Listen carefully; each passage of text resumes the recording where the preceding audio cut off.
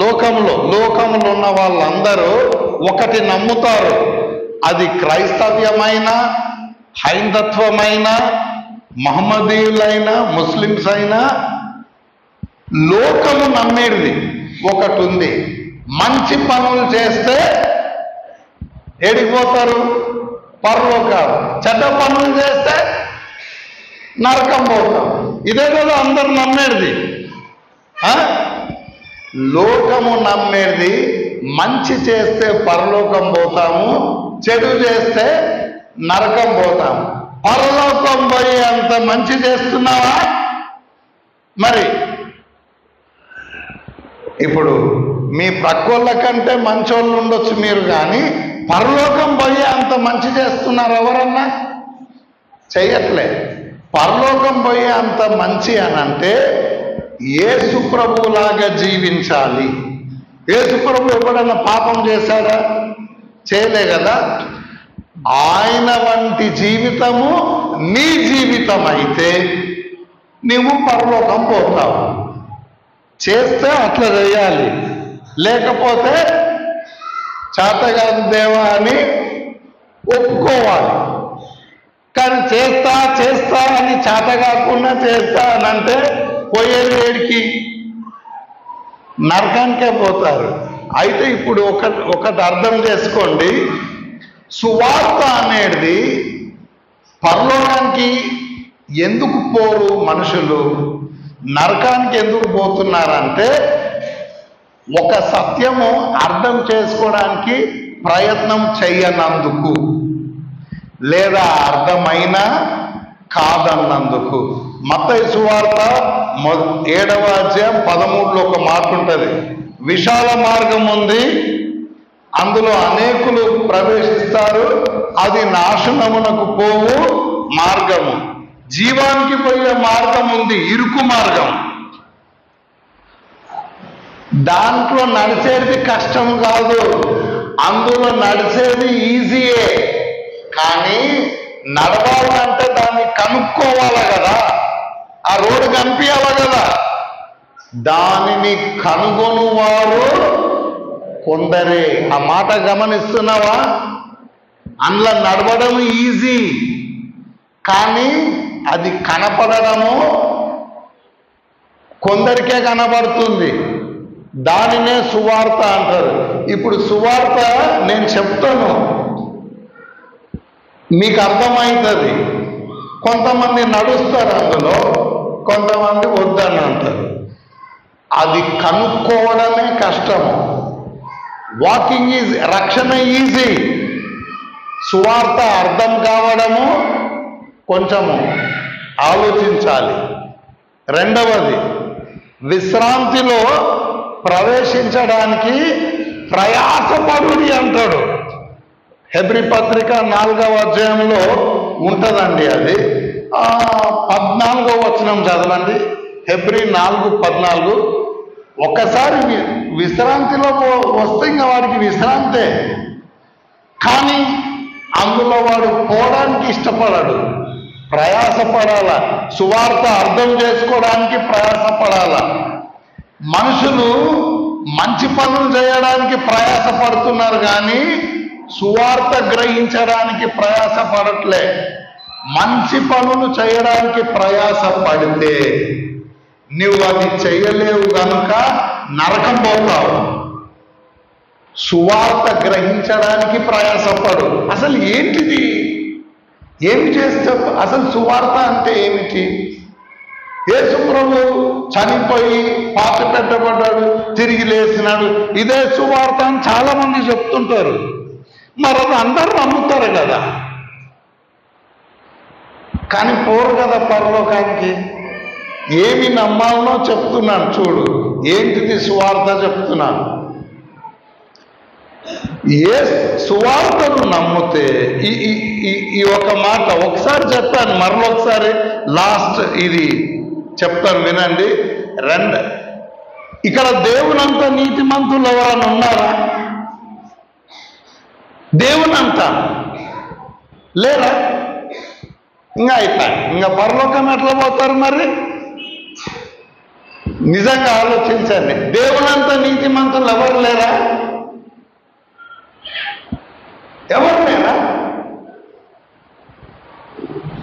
అచ్చా, ఇంకా నరకమే పోతారు. మళ్ళీ ట్రై చేయండి, దేవునంత నీతిమంతులు అవ్వడానికి ట్రై చేయండి.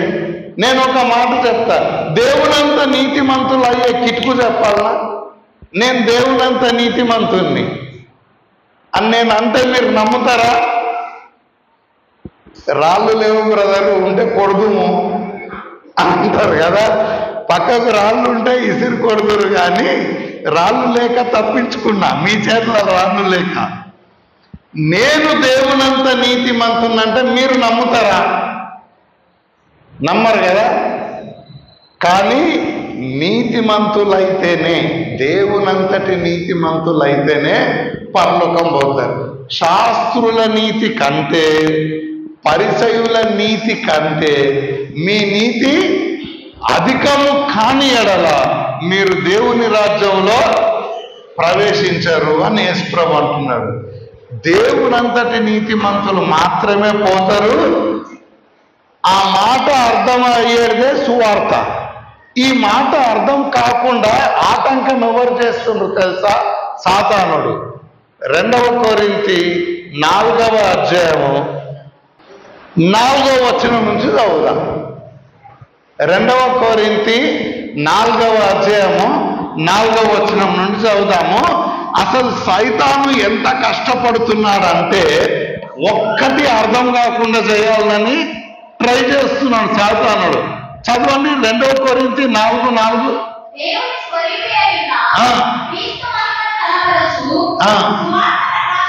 ఇగో దేవుని మహిమ అయిన, దేవుని స్వరూపమైన క్రీస్తు మహిమను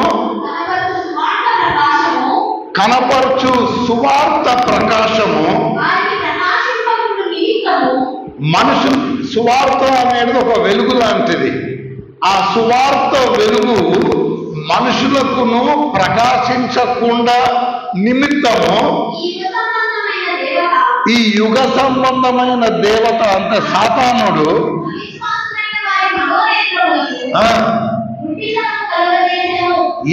ఏమి కనిపించకుండా గురుడితనం కలగజేస్తున్నాడు సాతానుడు. సువార్త మంచి పనులు చేయండి పరలోకం పోతారు అని చెప్పేది ఎవరు తెలుసా? సాతానుడే. ఎందుకంటే అట్లా చేసి అందరు నరకానికి పోతారని వాని కొరకు సిద్ధపరిచిన నరకంలో మిమ్మల్ని తీసుకుపోవాలని వాని ఆశ, సాతాను యొక్క ఆశ. కానీ సువార్త వెలుగు మనుషులకు ప్రకాశించొద్దని మనోనేత్రములకు గుడ్డితనం కలగజేస్తున్నాడు సాతాను. నెక్స్ట్ చదవమ్మా.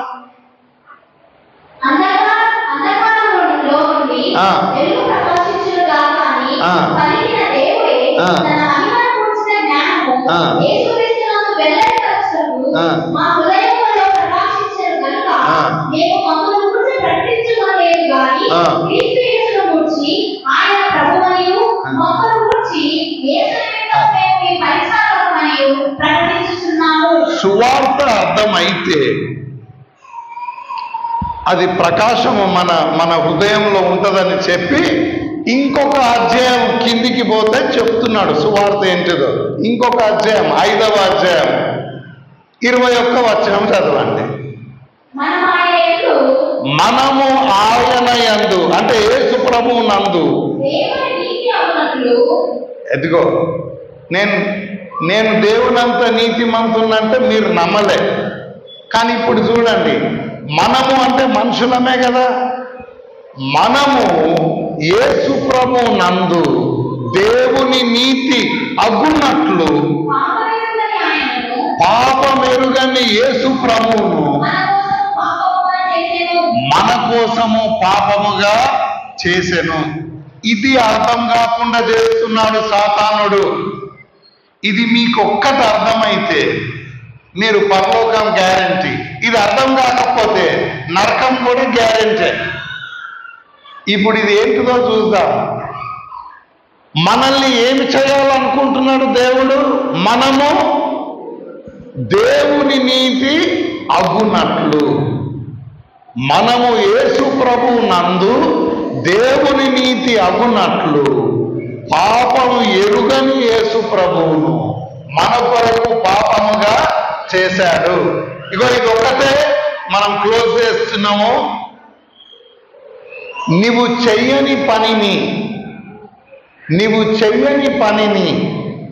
నువ్వు చేసినావని దేవుడు ఎంచుతాడు అని చెప్తున్నాడు. ఈ మాట ఒకటి అడుగుతా, నువ్వు చెయ్యని పనిని చేసినట్టు ఎంచుతాడా దేవుడు? అట్లా ఎంచుతాడా? ఎంచాడు కదా. మరి ఇక్కడికి పాపం ఎరుగని ఆయనను పాపముగా ఎట్లా చేశాడు? యేసు ప్రభు ఉన్నాడు కదా, ఆయన పాపం చేశాడా? చేయలేదు కదా. ఇగో దీనినే సాతానుడు మనకు గుడితరం కలగజేసేది. యేసు ప్రభు పాపం చేయలే, మంచి పని, మంచిగా ఆన్సర్ చేశావు. రెండవది ఆ వచనం చదవండి.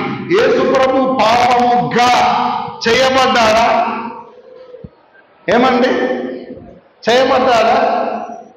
ఆ చదవండి, వచనంలో ఉంది, పాపమెరుగని ఆయనను మన కొరకు పాపముగా చేసేను.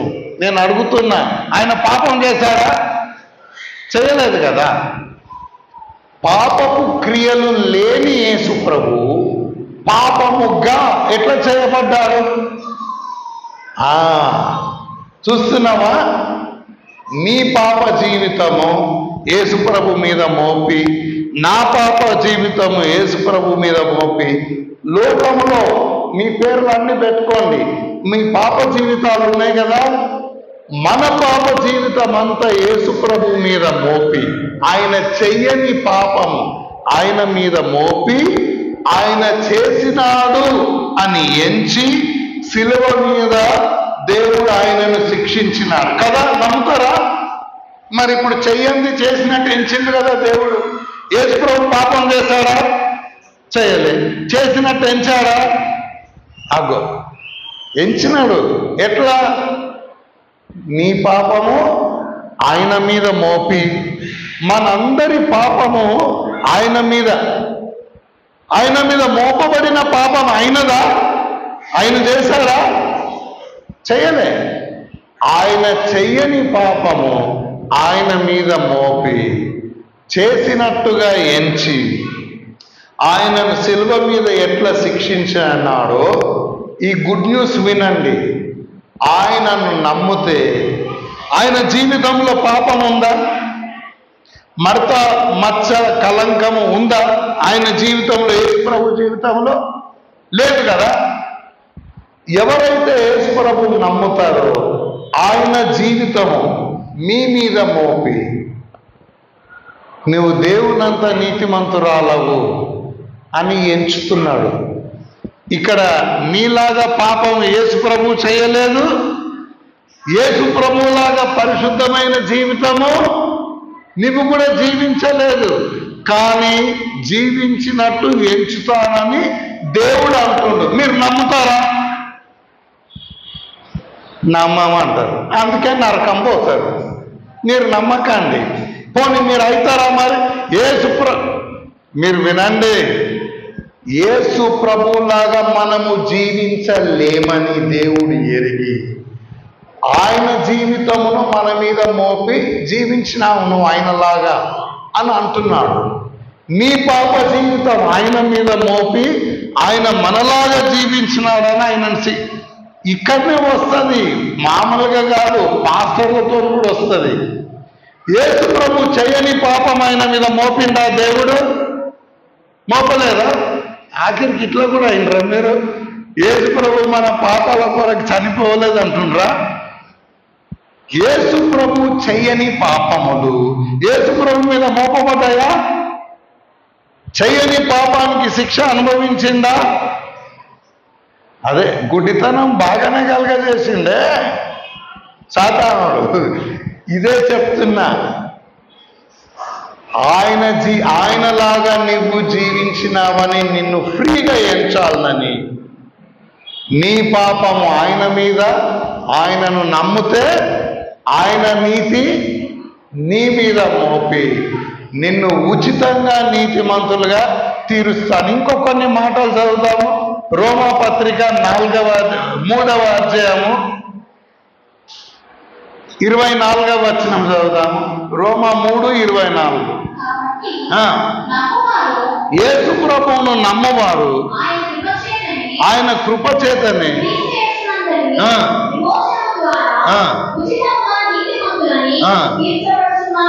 చూస్తున్నారా? ఫ్రీగా యేసు ప్రభువును నమ్మితే మిమ్మల్ని ఉచితంగా నీతిమంతులుగా తీరుస్తాడు. ఆ నీతి ఎవరిది? యేసు ప్రభువుది, నీది కాదు. యేసు ప్రభు మీద ఉన్న పాపం ఎవరిది? నీది, ఆయనది కాదు. ఇట్లా మనకు రక్షణ వస్తుంది. ఇది కాదని నేను అది చెయ్యలేదా, నేను ఇది చెయ్యలేదా, నేను ఉపవాసం ఉండలేదా, నేను బైబిల్ స్టడీకి రాలేదా, అయితే యేసు ప్రభు అంత నీతిగా బ్రతికావా? అంత అయితే బ్రతకలేదు, కానీ మరి అంత బ్రతకకపోతే నరకమే. అయితే నీ క్రియల వలనన్నా నువ్వు నీతిమంతుడవు కావాలి, లేదా యేసు ప్రభు నీతి నీకు ఇవ్వడం వలన నువ్వు నీతిమంతుడవు కావాలి. నీకేం కావాలి? యేసు ప్రభు నీతి కావాలన్నా ఫ్రీగా ఇస్తా అంటున్నాడు. కావాలంటే అట్లా నీతిమంతులుగా తీర్చబడి భూమి పునాదులు వేయబడక ముందు దేవుడు మీ కొరకు క్రీస్తేసునందు దాచి ఉంచాడు కదా ఆశీర్వాదములన్నీ. క్రీస్తేసునందు అంటే అర్థం ఏంటిది? యేసు ప్రభువు నీతి నీకు అనుగ్రహించబడినందుకు నీకు ఆ పరలోకము ప్రతి ఆశీర్వాదం ఇవ్వాలని. నువ్వు పాపం చేస్తావని దేవునికి ముందే తెలుసు, తెలియదనుకుంటున్నావా? యేసు ప్రభు భూమి పునాదులు వేయబడక ముందే వధింపబడిన దేవుని గొర్రెపిల్ల. మనం పాపం చేస్తామని ఆయనకు తెలుసు, కానీ యేసు ప్రభు నీతే మన నీతి అని ఎంచి మనకు పరలోకములో ప్రతి ఆశీర్వాదం ఇవ్వాలని దేవుని కోరిక. ఇది కాదంటే అది ఇవ్వడానికి యేసు ప్రభు వచ్చాడు, పాపముల నుండి రక్షించడానికి యేసు ప్రభు వచ్చాడు. లేదు ఆయన ఏంది రక్షించేది, నేనే పాపమును జయిస్తా అని అనుకుంటే ఇంకా యేసు ప్రభు అంత నీతి నీకున్నదా? ఒకటే గుర్తుపెట్టుకోండి, యేసు ప్రభు నీతి నాకు ఇవ్వబడ్డది, అందుకు నేను పరలోకం పోతానని నేను అంటున్నా. ఎవరన్నా యేసు ప్రభుది నాకు ఇవ్వలేదు కానీ నేనే యేసు ప్రభు అంత నీతిమంతురాలను, అందుకే నేను పరలోకం పోతాను అని ఎవరన్నా అంటే పోరా? వాళ్ళు పోరండి అట్లా. కాబట్టి మీరు సువార్తను నమ్మండి, నమ్ము ప్రతి వారికి కలుగు దేవుని నీతి. రోమా 3:22. యేసు ప్రభువును నమ్ము ప్రతి వారికి దేవుని నీతిని, దేవుని నీతే దేవుడు ఇస్తానంటున్నాడు. సో ఇప్పుడు చెప్పండి, మనం ఆయన యందు దేవుని నీతి అగునట్లు పాపమెరుగని ఆయనను మన కొరకు పాపముగా చేశాడు. చాలా మంది ఇది సగం నమ్ముతారు. యేసు ప్రభు పాపము చేయలేదు, నా కొరకు పాపముగా మారి శాపగ్రాహిగా మారి శిలువ మీద చనిపోయినాడు, ఇంతవరకు నమ్ముతారు.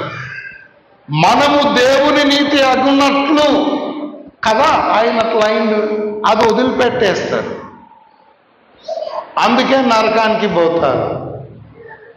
ఏసే మన నీతి. ఇది ఇంకా చాలా లేట్ అవుతుంది, రేపు మన సాయంత్రం కూడా చూస్తాం. కానీ యేసు ప్రభువు నీకు నీతి అవ్వడానికి వచ్చాడు. యేసు ప్రభువుని మన పాపానికి విమోచనం అవ్వడానికి వచ్చాడు. 1 కొరింథీ 1వ అధ్యాయం 30-31లో ఈ మాటలు ఉంటాయి. యేసే మన నీతి అని ఎంతమంది నమ్ముతారో వాళ్ళు పరలోకానికి పోతారు. ఇది దేవుడు చెప్తున్న గుడ్ న్యూస్. దీనిని అర్థం కాకుండా చేసేది సాతానుడు. నువ్వు చెయ్యి పోతావు పరలోకానికి, నువ్వు చేస్తే యేసు ప్రభు అంత నీత? యేసు ప్రభువు కంటే తక్కువ నీతి దేవుడు ఒప్పుకోడు. అయితే యేసు ప్రభు ఇచ్చేది ఫ్రీ కన్నా తీసుకోవాలా, నువ్వు అన్నా చేయాలి. మన వల్ల కాదు, ఏ భేదము లేదు. అందరూ పాపము చేసి దేవుడు అనుగ్రహించు మహిమ పొందలేకపోవు. ఇది ఉట్టిగా చదువుతారు తప్ప అర్థం లేదు. ఒకసారి వినండి. రోమా 3:23లో ఉంది, ఏ భేదము లేదు, అందరూ పాపము చేసి దేవుడు అనుగ్రహించు మహిమ పొందలేకపోతున్నారు. కాబట్టి 24లో ఏం చెప్తున్నారంటే ఉచితంగా ఇవ్వాలి అని దేవుడు ఫిక్స్ అయింది అని 24వ వచనం చెప్తుంది. ఎవ్వరికి చేత కాదు దేవునంతటి నీతి సంపాదించుకోవడానికి, ఎవ్వరికి చేత కాదు, ఏ భేదం లేదు. అందరూ పాపం చేసి దేవుడు అనుగ్రహించు మహిమను పొందలేకపోతున్నారు. కాబట్టి 24 చదువు గట్టిగా. కాబట్టి నమ్మువారు, అసలైంది మైక్లో చదవరు చూడు. కాబట్టి నమ్మువారు ఆయన కృపచేతనే క్రీస్తు యేసు నందలి విమోచనము ద్వారా ఉచితంగా వదిలిపెట్టేసింది. వాయబ్బా, ఉచితముగా నీతిమంతులని తీర్చబడుతున్నారు. కాబట్టి అంటే ఏంటిది? 23లో ఉంది, అందరూ పాపము చేసి దేవుడు అనుగ్రహించే పరలోకాన్ని పొందలేకపోతున్నారు. కాబట్టి నమ్మువారిని ఆయన కృపచేతనే ఉచితముగా నీతిమంతులుగా తీర్చాలని దేవుడు కోరినాడు.